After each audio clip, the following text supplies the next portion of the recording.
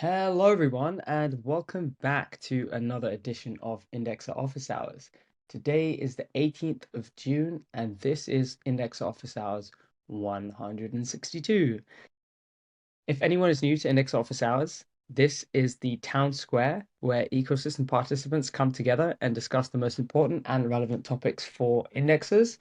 This is a conversation and we love participation. So if you would like to get involved, please do via the chat box in the corner, which many of you are already using at the moment, or by unmuting your mic. And if you're having any challenges unmuting your mic, let me know and I will get that sorted for you.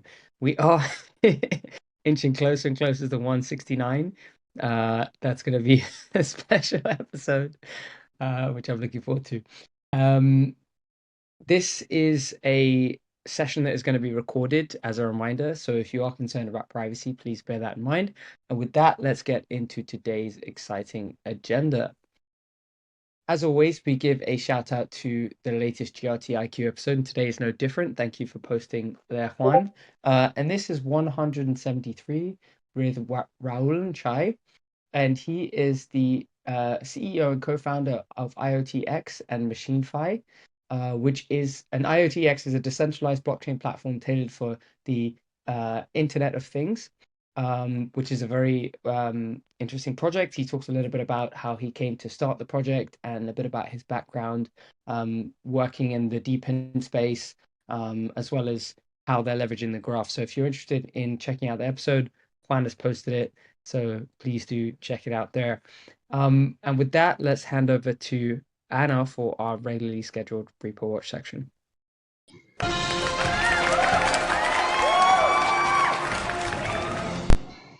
Thank you, Abel, and hello, everyone. Okay, so today on Repo Watch, we have a slightly shorter section than what we had last week. So let's get straight into it. Starting with execution layer clients, we have had a new release on Firehose Ethereum. This is version 2.6.2, and this release adds Substream's backfiller to populate cache for live requests when blocks become final, and it fixes truncating very long details on error messages to prevent them from disappearing when behind a misbehaving load balancer. Then we have a new release for Avalanche. This is version 1.11.8. And this version simply redesigns metrics to use labels rather than custom namespaces. Then we have two new releases for Arbitrum Nitro. This is version, most recent version 3.0.1. Here there's a few configurations that have been deprecated. So this is node.parentchain.wallet and everything, all of the iterations of that, and node.batchposter parent chain wallet. They have been, so the node parent chain wallet is no longer available.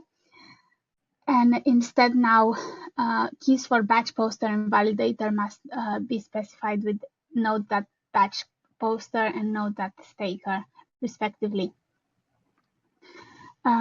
So this is a breaking change. And then the most recent version here, version 3.0.2, it's a bug fix that fixes a crash on startup for the previous release.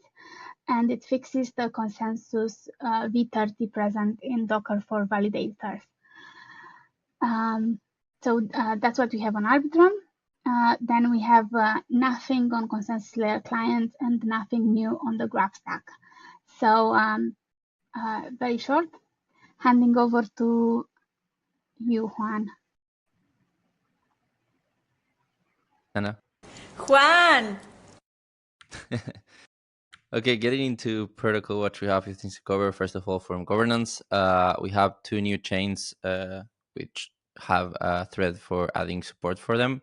Those chains are Inco and Injective. Inco is EVM compatible. Injective apparently is Cosmos SDK, so requires Firehose. But more details are in the respective threads, which can be found in the agenda. For the forum research section, we have all of the core dev updates. This includes GraphOps, Pinax, EdgeNode, Semiotic, the Guild, Messari, and Geo. Again, they are pretty lengthy in and of themselves, so the links for each of those threads are in the agenda if you're interested in any of those core devs. So yeah, go check them out. For the contract repository, we have a few updates to the PRs for Horizon, but that's pretty much it. So the main Horizon PR, as well as the merging of the tests and internal review fixes. We don't have any new updates for the network subgraphs aside from them being on the network now, given the whole Sunrise, phase being up. So yeah, you can find the graph profile for the the network subgraphs in the agenda too. So if you're interested in that, you can click on the network subgraphs title, and it will redirect you to the Graph Explorer page for the multisig that owns the official subgraphs. That's pretty much it. So I don't know if Pack is here. Packet is not here, so I will be taking over. Sure, go ahead, Abel. Wonderful. Able to enable the unable to be able.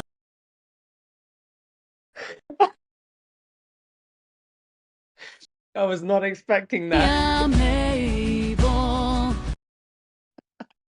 That is hilarious. Oh my God. This is amazing. I love this call. I almost choked there. That was hilarious. Thank you for the soundboard, and also thank you, Juan and Anna, for your sections there. Alrighty, so today is a very exciting day. We will be having a Sunrise panel. As you all know, this is a massive moment for the graph ecosystem. So we chose this IOH to celebrate it. And luckily, we have some folks from Edgenode who are joining us today to discuss this topic. But before we do get into that, I do want to circle back on a topic that was brought up last week. Is Vincent here from Data Nexus? Let's see.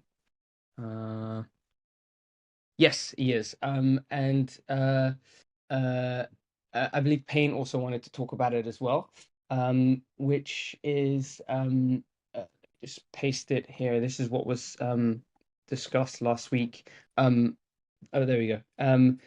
So it's just circling back on a topic that was covered last week. Vincent or Payne, do you want to quickly just speak to that before we get into today's main agenda item? Just want to make sure that the loop is closed on that there.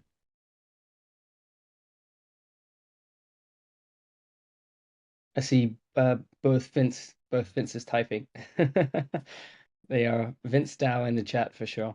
I can probably do it. I Yep, can go ahead. explain it in a few words. So, given that most of the indexers, if not all, are running their archive nodes right next to their database, there's probably no need for storing the block cache in the database. Essentially, you're doubling up the storage more or less for each chain, just to store the blocks locally, which is pretty bad given how expensive NVMe storage is nowadays. And yeah, we wonder if we should be looking into completely removing it or making it optional for indexes to run alongside their stack, basically. And we are more than curious to hear your thoughts on this.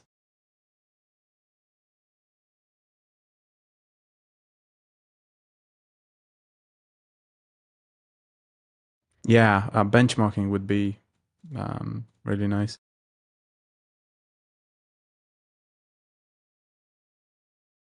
Seems like you got a +1 from Stake Machine as well.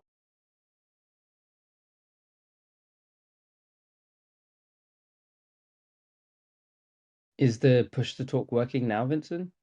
If so, you feel free to chime in.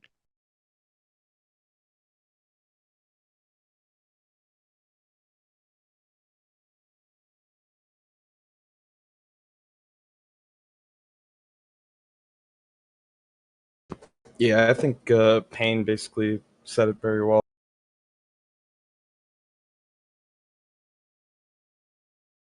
Got it. Awesome. Awesome.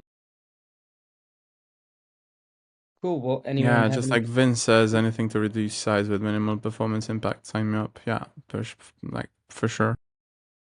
Yeah, but we still probably do want to keep it around, for the indexers that are using remote RPCs, because that does seem like a very, important thing for people that are running their stack like that. But there are quite a few indexers that aren't, and with the cost of NVMe drives going up, and also the number of subgraphs, quickly increasing, and the amount of storage that those subgraphs take quickly increasing, we could probably use every gigabyte that we could get.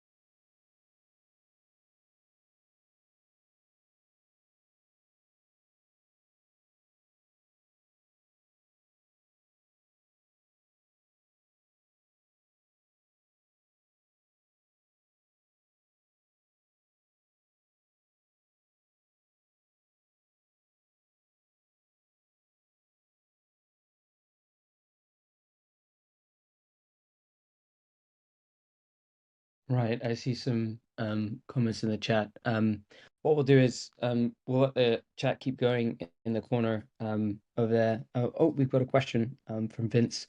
Um, if we could also make it so that there's not 95 uniclones, same data or something to say hey that exists in the network. Are you sure? Could you elaborate on that, Vince? I'm not quite sure what the question is there.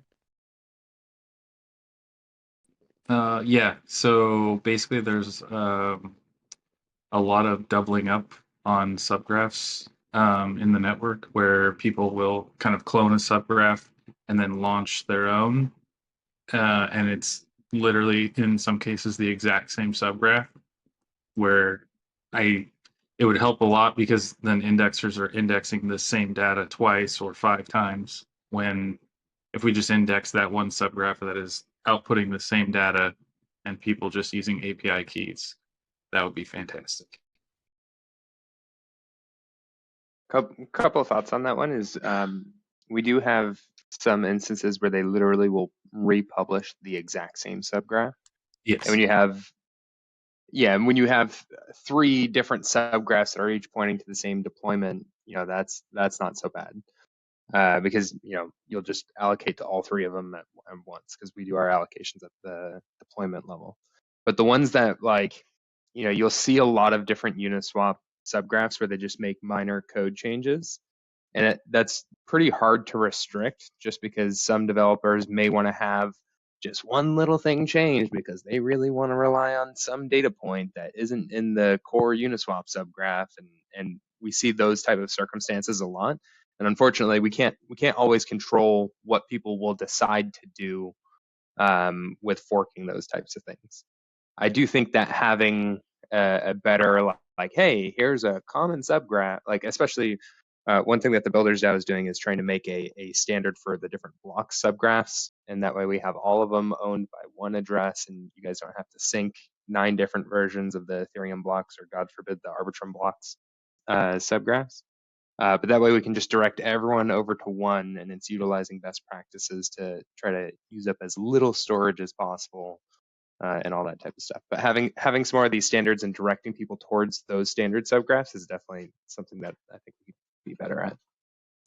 Would also, in that edge case that you're talking about, where you have like that small change, wouldn't it? I don't know if they'd be open to it, but I'm wondering if shouldn't best practice be going through the upstream and proposing, opening a PR on that subgraph saying, hey, I kind of want this feature, rather than cloning it. I know cloning is obviously faster than asking for someone to change something that they may not, but going that route, that way there's only one instance, but now it has these new features that some little people wanted, and you can transform the data on your side. rather than indexers doing it all over again for one minor change? Sometimes yes, and sometimes no.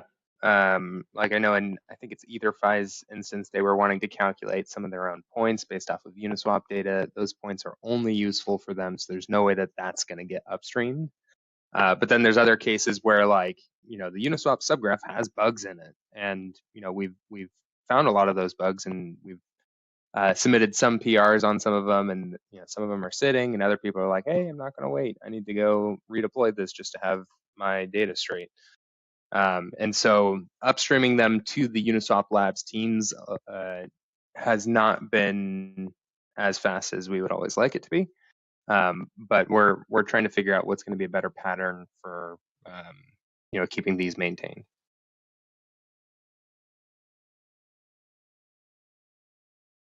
Yeah, it's a tough problem to solve, but that makes sense.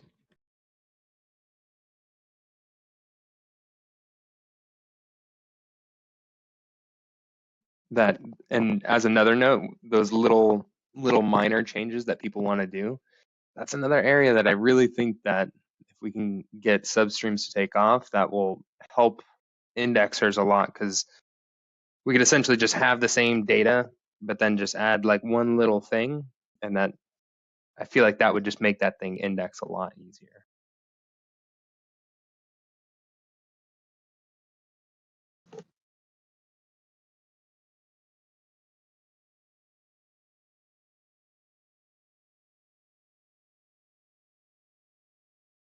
Awesome.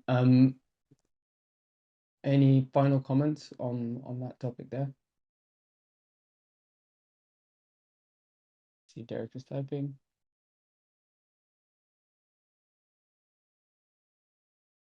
Alrighty. Okay. Well, yeah, glad we got that covered off. And now let's move on into the Sunrise panel. So, I'm very fortunate to have a few folks who have decided who are over here with us today, from EdgeNode.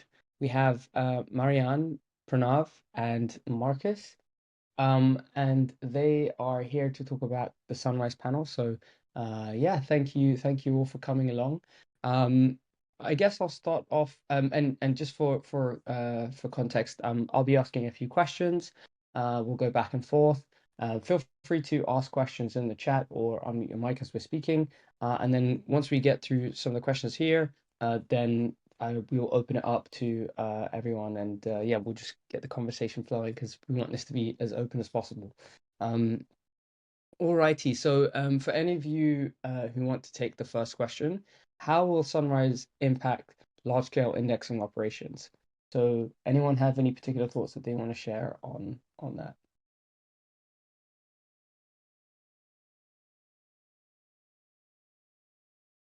Yeah, maybe I can start and then others can take it from there. So basically, as you all might know, that the beast of a system, which used to be called as the hosted service, is sunsetting, and all the billions of queries that the hosted service was doing is moving from there, most of it to the graph network. And for anybody running big indexers, hefty indexers, there is a good potential chance for them to make more query rewards. Because up till now, what we saw is that dApps basically leverage the hosted service because the EdgeNode team and the Graph ecosystem was paying for it, and it was available to them for minimalistic to up to zero cost for making queries.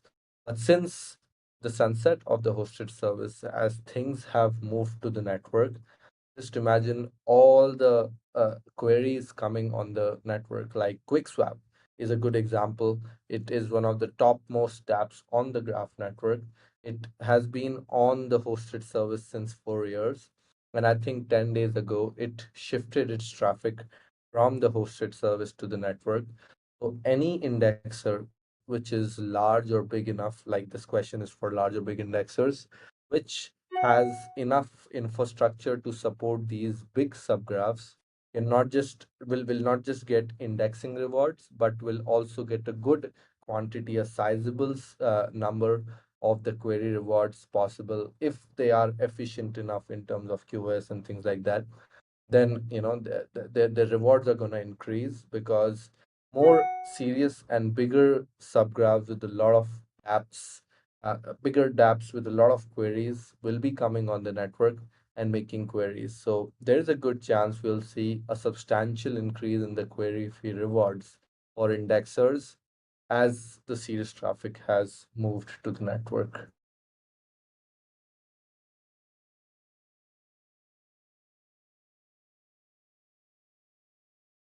Amazing. And what are your thoughts on the best practices for optimizing indexing strategies to ensure high performance?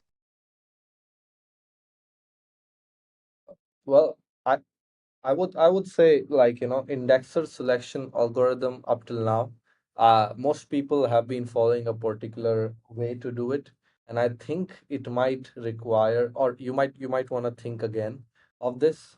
I'm sure you're looking at entities when you're allocating to a particular subgraph because a heavier subgraph with lesser curation makes a little sense for economics for you. But as things go along, right?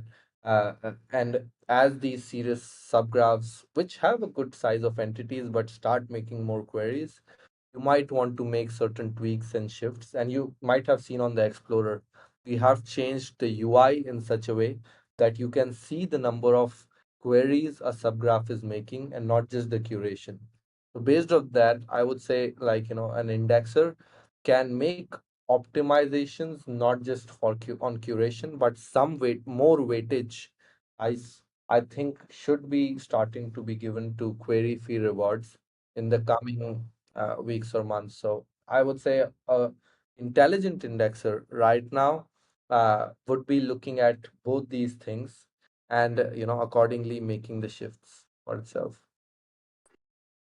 And I'll add one thing to that, where indexers, you guys, first off, thanks for having me. And I'm happy to be here, really excited to be chatting with everyone today. One easy low-hanging fruit for indexers, if you're able to just simply reach out to any social media, any team, any group that you know is using subgraphs and sharing these docs. This only helps you. This will only help your operation. This will only help you. And it's just educating subgraph developers on ways to improve their experience, which also also improves yours, where having immutable entities, bytes as IDs, using derived from, pruning, all of these things that subgraph developers have in their power to do directly affect your experience as indexers and making sure your operation is nice and smooth. So these cookbooks are there for you. If any subgraph developer you're talking with or anyone out there on the network is curious and they want to have some more optimization, just get these out there, and it improves everyone's experience. So that's all I'll say. Amazing. Now turning the question towards queries, the graph obviously gets a lot of queries, and we have a lot of demand for our service. As all of those queries get moved to the decentralized network, how is the development team thinking about scalability? We had some recent issues with the analytics subgraph due to the huge amount of new delegators that have joined the network. So, what are some of the things that the Edgenode team and I guess other core developers as well are doing to ensure scalability into the future? Yeah, there are a couple of things that the team has been working on. Oh, the network indexer issue that happened, from what I know, was related to the upgrade indexer, and the support team at Edgenode, led by Mickey, who's also here, are working towards making it fault proof. But I do wanna emphasize that the hosted service was one indexer being run by Edgenode, and the graph network are hundreds of indexers like you guys running different subgraphs. So it is much more fault proof, but it becomes fault proof when there is more curation on a particular subgraph. And to help with that, what we are doing is we are running a curation program. So basically, if you are deploying a subgraph on the graph network, and you're gonna make some queries, then you can go and contact any business or support person or DevRel at EdgeNode and tell them that your subgraph needs curation so that other indexers can also start allocating on that particular subgraph. And EdgeNode will be providing curation for those for the subgraphs, right? So we are running a curation program, making the upgrade indexer much more fault proof so that these kind of issues don't happen. And thirdly, I would want to say that the hosted service was the one which was not scalable to infinite. With the graph network, things are much more pitch perfect. And I think we are on the way to scale to infinite because the centralized point of failure with the hosted service has been eliminated. Hello, IT. Have you tried turning it off and on again? Amazing. We have a question here from Billy asking, did you see an increase in curation with Sunrise? Uh, did you see an increase in the queue? So basically, from the community, what we are seeing is that on the Arbitrum network, as we move from Ethereum to Arbitrum, not a lot of community is right now curating on the Graph network on Arbitrum, honestly, and we are trying to work towards that. But just to provide a turnkey solution right now, EdgeNode is filling that gap up and helping with people, helping subgraphs to make some curation from our side so that there are more indexers allocating to those subgraphs. Yeah, we are not seeing an increase in the curation, or we are not seeing people moving their curation from Ethereum to Arbitrum, which they should. So yeah, I would want to call out that as well. That if you have your curation on Arbitrum, please move that curation on Ethereum. Please move that to Arbitrum because that's where more active subgraph querying is happening. And as you might know, there is a good amount of share as a curator you can get of the queries. So if you're curating on something like a big swap or a big DApp, which is going to make a lot of queries, then basically if you're curating on that particular subgraph, you're earning a percentage of that as a fees. So yeah, it's a good call out for people who have GRT and are looking for putting it on the network other than delegation. Curation is a really good way on the network for subgraphs which have queries.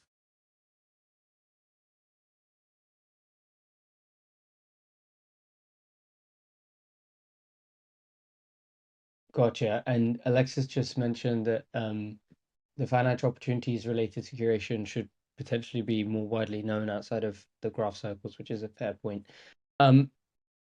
Any tips for indexers on how they can manage allocations with the increasing number of subgraphs in the network?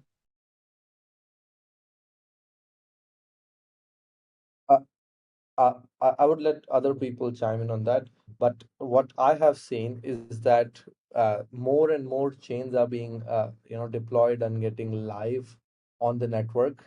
Uh, a lot of chains are getting live, I would say, and there are certain indexers which are specialists of a particular chain, and the rewards of that particular chain are the same uh, and the other chains. So, for example, there can be a chain as notorious as Polygon POS, and you have to run a graph full node for that. The chain can be as efficient as Gnosis chain, right? And there can be a spectrum around that.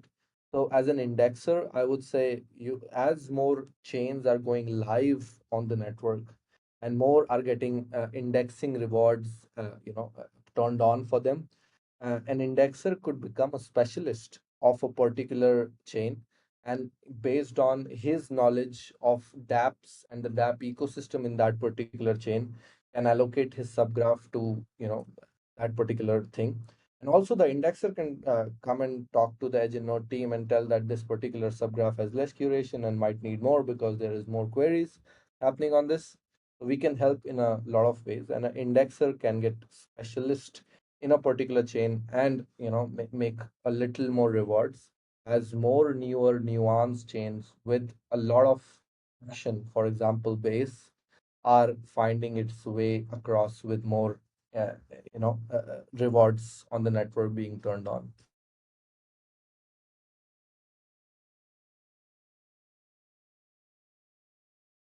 Gotcha. And this question perhaps pointed to Marcos. How can we improve the communication and collaboration between technical teams, indexes, and the wider community? This is something that I think is incredibly important.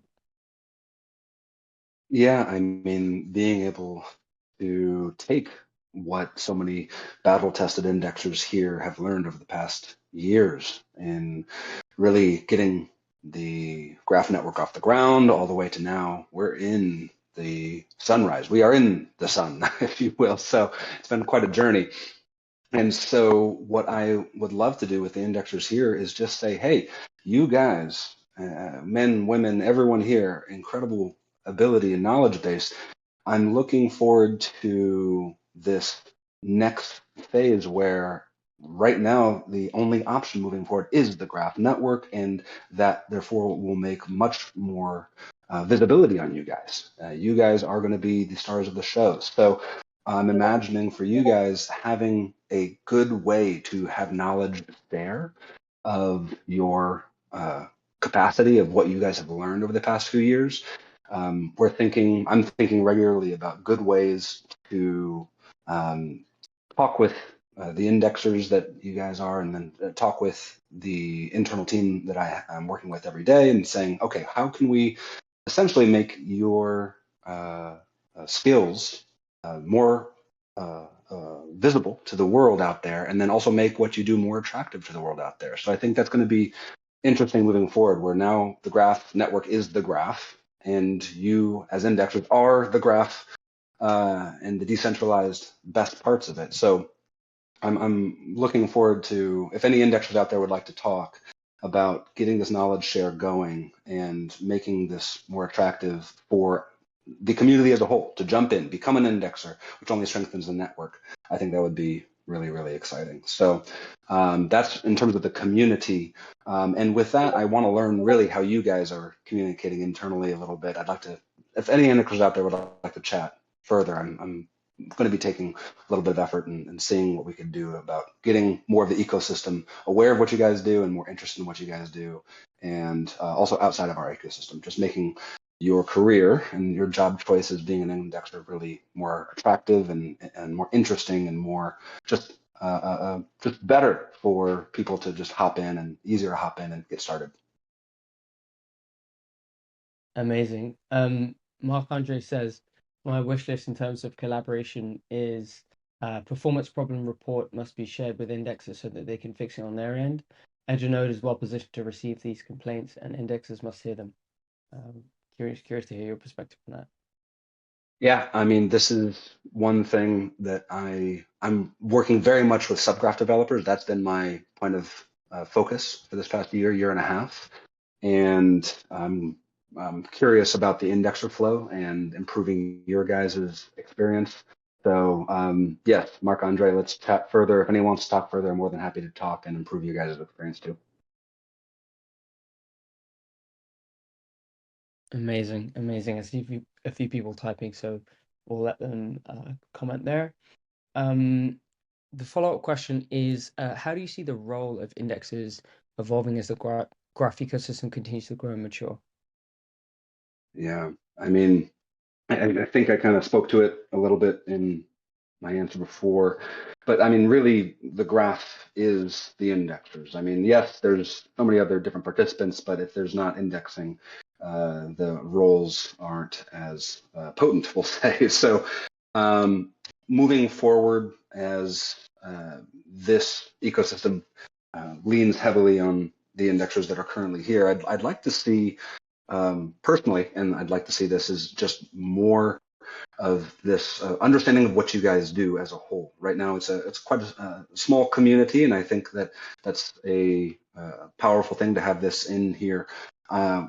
right now we're looking at different ways to improve just anyone who wants to get onboarded into whatever role a certain person would like to get into within the graph ecosystem, having that be curated for, no pun there intended, but having that be very much curated for them and say, hey, we've got an actual pathway into this. And as the graph is expanding, as we're really pushing into this network, the business opportunities, the incentives, if you will, are only going to improve. So having more indexers on the network, having it look attractive, having it feel relatively easy for people to get started, I think is going to be the next iteration, where I just imagine a more powerful, more solidified network with those who want to get in, can get in without as much of a wall to climb. So that'd be really exciting for me.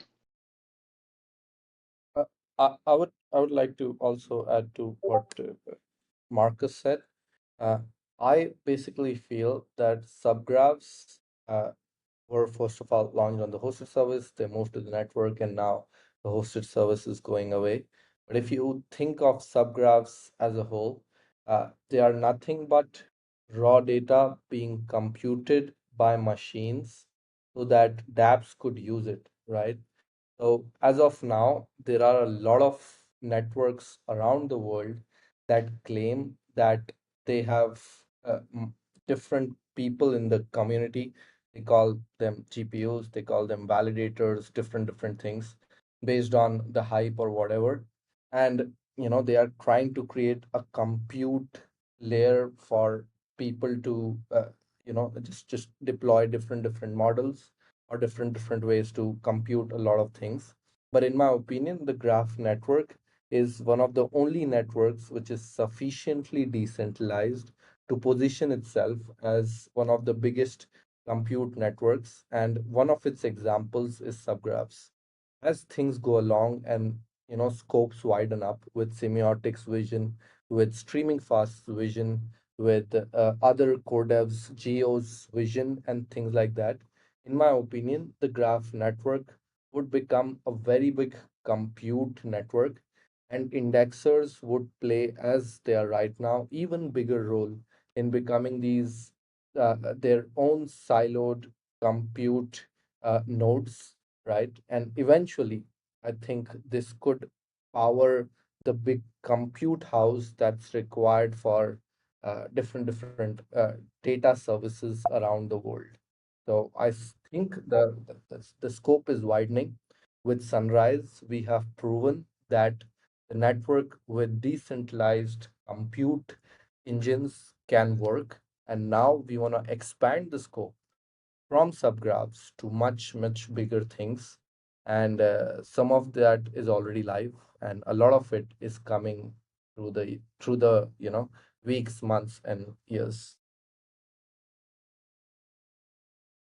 That is a pretty exciting vision and something to look forward to. So I appreciate you sharing that. Marianne brought up a very interesting point where he wanted to share gratitude to many of the indexers who helped us transition to where we are right now by indexing subgraphs on different networks without any sort of rewards in a very altruistic fashion. Indexes like Braindexer, Data Nexus, ellipra. And so we wanted to shout out you guys now and many others who also contributed. We really do appreciate that. And, that's kind of the work that has led us to where we are right now. Marianne, you want to ask questions to a bunch of indexers to understand a bit about their experience. So by all means, feel free to fire away with your questions, and we can have a back and forth. Sure. Maybe with a perspective from the Edge and Node BD team, I can share some of that, how the last 2 weeks went, so you get a little bit of an impression of the work that we did, speaking to a lot of the biggest dApps and users of subgraphs that were still on the hosted service. And a lot of that was really talking to the teams, chasing teams, getting technical issues sorted out. And a huge part of that, part of the job was direct communication lines that we had between the BD team of Edge and Node, of course, also with support functions, Pranav from solutions engineering, or Marcus on DevRel, but a huge part of that was definitely also from the indexer side. And this is why I want to, at this point, say big thank you, big shout out to everyone that we were working so closely with. For example, Derek from Data Nexus, who was extremely helpful, jumping into the chats where there were problems. And basically, sometimes we had subgraphs where we had too much reliance on the upgrade indexer. And then I was able to speak not only to the guys at Braindexer or Data Nexus, but also InfraDAO, Notify, Pinax. So all of this helped us a lot at this critical phase of the sunrise last week, but also this week moving on. So big thank you for that. And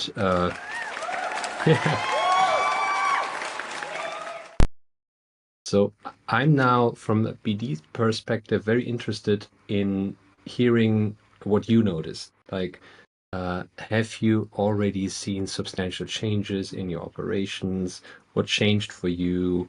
Did you spot any patterns, or did you face any challenges, wins that you were able to land? So would be very interested to hear your opinion and what you discovered during the last 2 to 4 weeks. Maybe a question to the round. We can do popcorn style answering.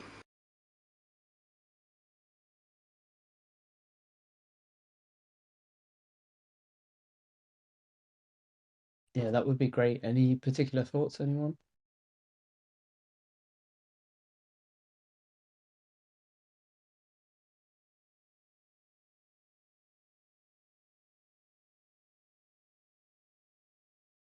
I see Derek from the Nexus typing.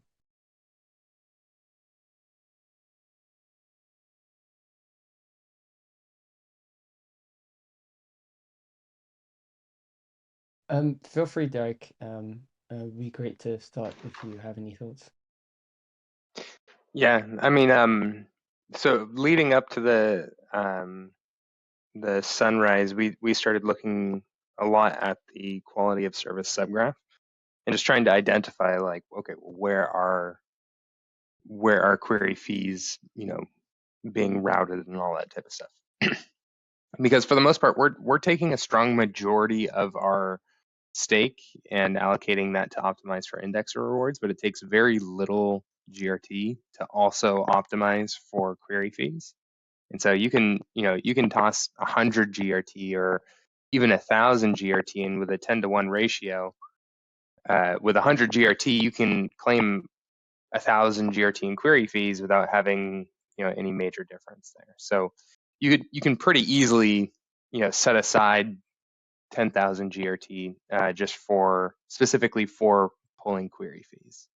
And so that's kind of how we're thinking with our stake. But I started looking at the subgraphs on the network that are actively producing queries, specifically looking at the ones that we are synced on, and then looking at the ones where they're producing query fees, but we're not earning a majority of query fees. And so then I would pull our metrics on the quality of service subgraph and try to figure out, like, okay, is this a latency issue? Is this a node issue because we're so many blocks behind? Or, why is the ISA probably not liking us so much? And in areas where it was node related, obviously we could inspect, what's happening with our nodes, making sure that we're properly peered and all that good stuff. If it was latency related, I would pull our query logs and just look at what are the most common queries that are being sent to us. And then we would run a query over to our indexer and then trace the actual SQL query. And that way we can look at the execution plan that's being run against our database and just seeing if there's anything that we can do to optimize that, whether that's through custom indexes and whatever. But trying to improve our latency so that we're a little bit more competitive on some of them. And some of them, it's like, we do a couple little tweaks and all of a sudden we're way better. And some of them, it's like, I still can't figure out why other people are faster than us, type of thing. So it's kind of an interesting puzzle. But we're starting to play around with like, okay, is this something that we should be actively allocating time to in order to move the needle, and will it compensate enough to justify the amount of time that's being spent on it? But right now we're playing around with it to see if that can move the needle.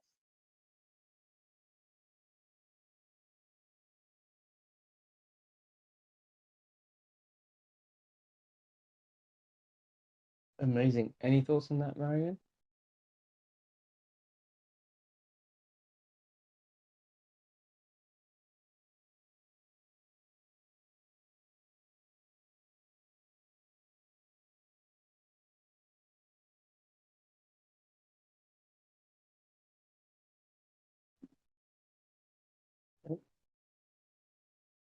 Alrighty.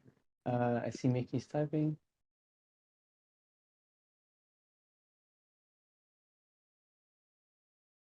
Okay, this seems like a question to 𝗨𝗀𝗃𝗀.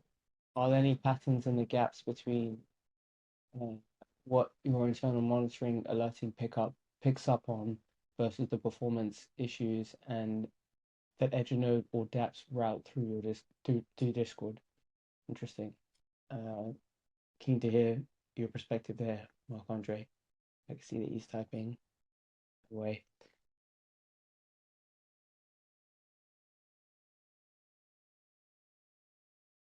Interesting. 1 second.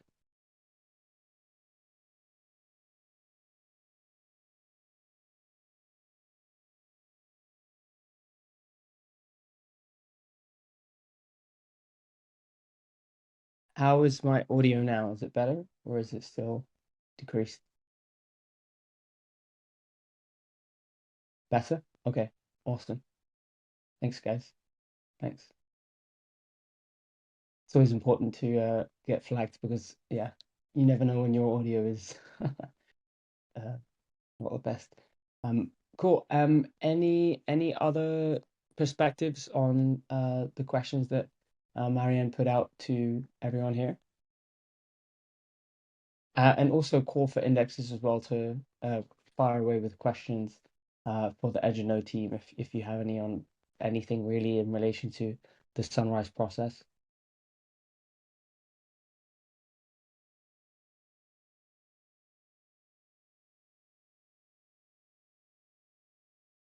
Seems like Marc-Andre's responded and Mickey is getting back to him, so that's good to see.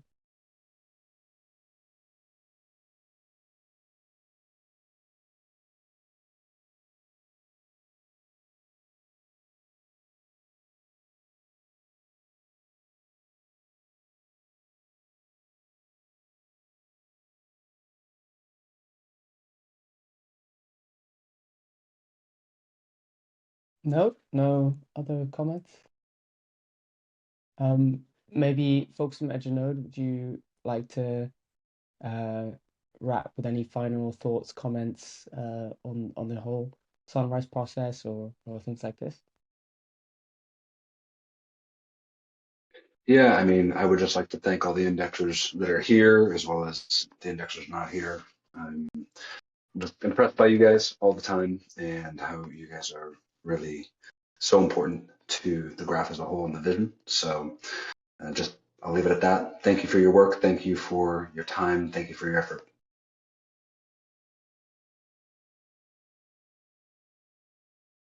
Amazing. Oh, sorry, go ahead. I wanted to chime in on the future prospect. You can see a lot of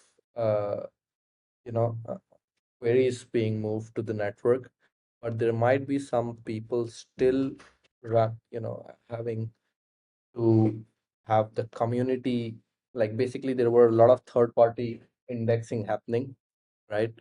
Third-party querying happening, and that was all on the hosted service, and some of them were a little less informed. But as rate limiting has started happening on the hosted service and it is getting more aggressive, more people are coming to know about the movement from the hosted service to the network. and the query fees, the queries on the network for certain specific subgraphs which have a lot of third-party querying is increasing.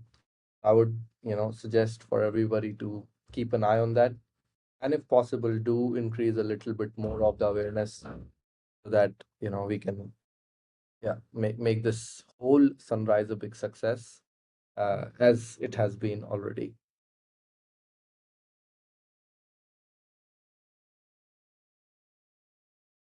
Amazing, amazing.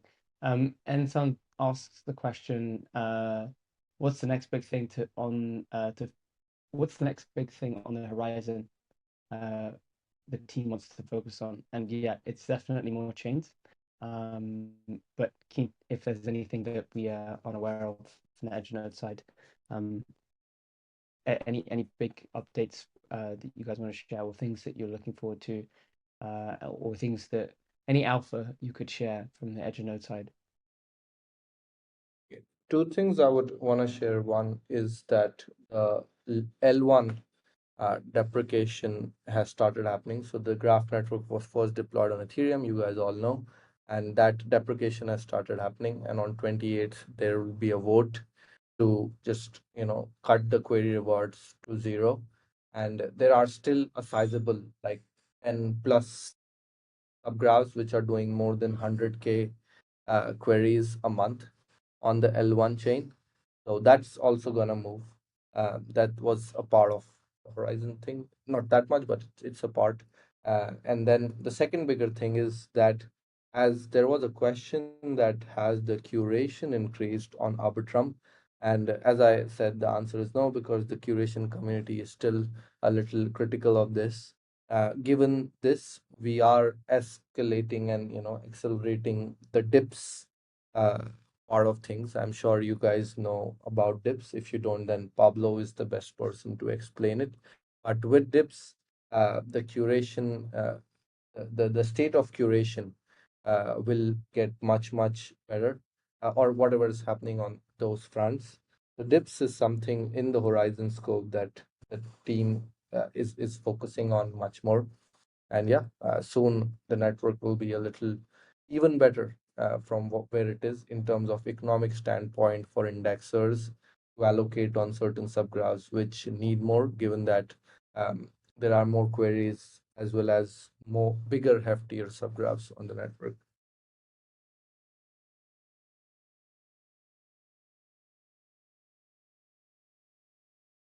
Amazing, amazing, very exciting. Payne has a question before we wrap today's session. So feel free to ask the question, Payne. Yeah, I was wondering if there's any Postgres masters around here that can help me with a quick thing. So I'm currently modifying Grafana dashboards to integrate them into the 𝗨𝗀𝗂𝗧 stack, but I'm working on my local prod DB right now. And what I did basically so far was, let me show you a free screenshot. Give me 1 second, please. Sure thing.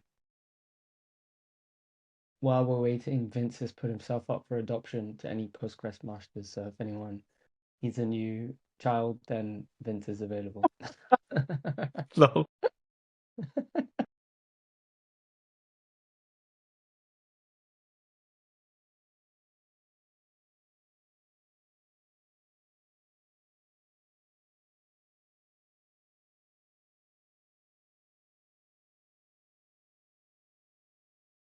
Okay, so this is how it roughly looks right now.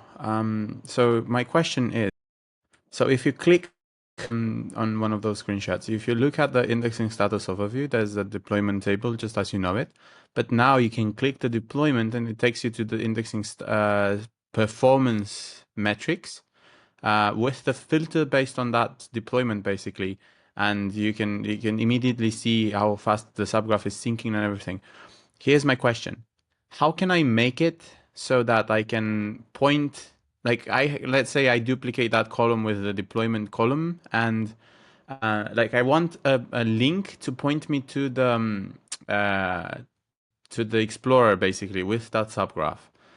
Is there anything in RDB existing already that can help me find the deployment not the deployment, the subgraph ID that will take me to the Explorer. Because I've done it. Is it? Okay. Now, I know I'm using already Grafana links. I'm just wondering if I can find a link to like the so the Explorer I think uses subgraph IDs, not QM hashes for the URLs. Derek says there's a way. Yeah, so inside the network subgraph, I think the subgraph table, not the subgraph deployment table, but the subgraph table, its ID should be the same ID that you find in the URL Okay. for the Explorer. Oh So then yes, I already have the network subgraph, so I guess I can just grab that from a query from a regular Postgres query, right? And Yep. just union the Yeah, tables together. yeah, it should be able to. Okay, that was easy. Nice. Okay, cool. That's brilliant. Thank you.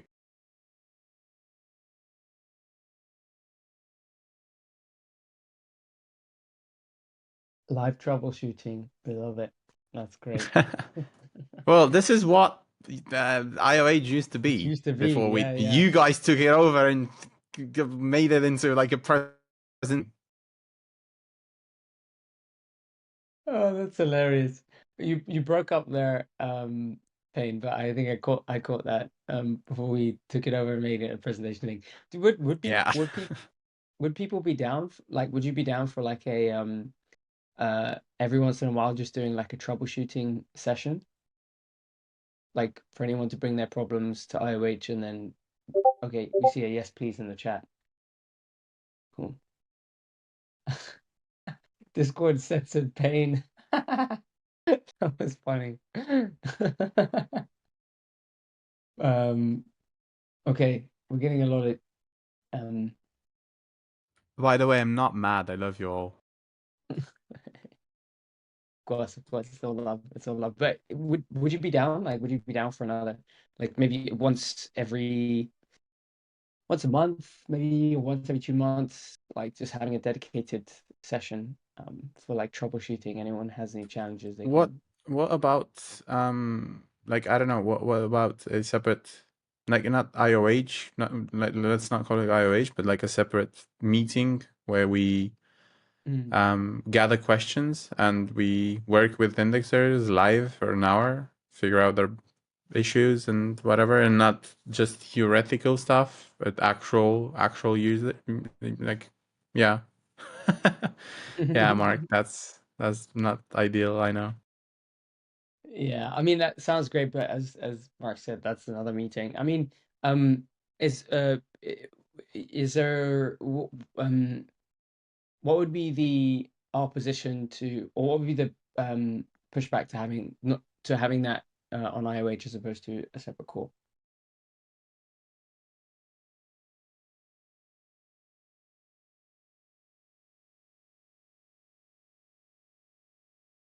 It could take up too much time of what is it?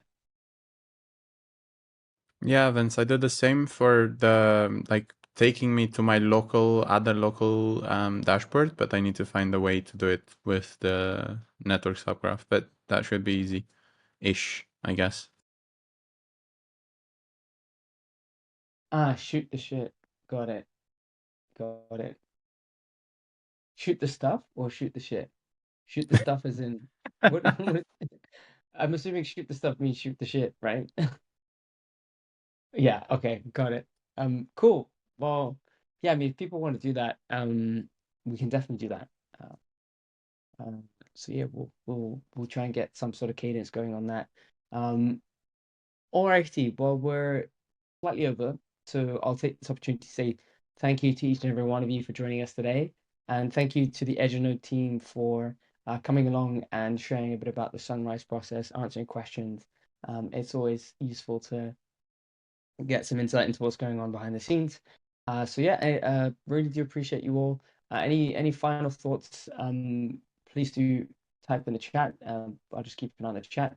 But for now, thanks very much, and we look forward to seeing you again next week, where we're going to have the Scroll team coming along and telling us all about their protocol and how to spin up a node and generally kind of index in that ecosystem. So yeah, looking forward to seeing you all next week, same time, 6 p.m. UTC on Tuesday. Take care, everyone. Have a great week and see you next week. Bye bye.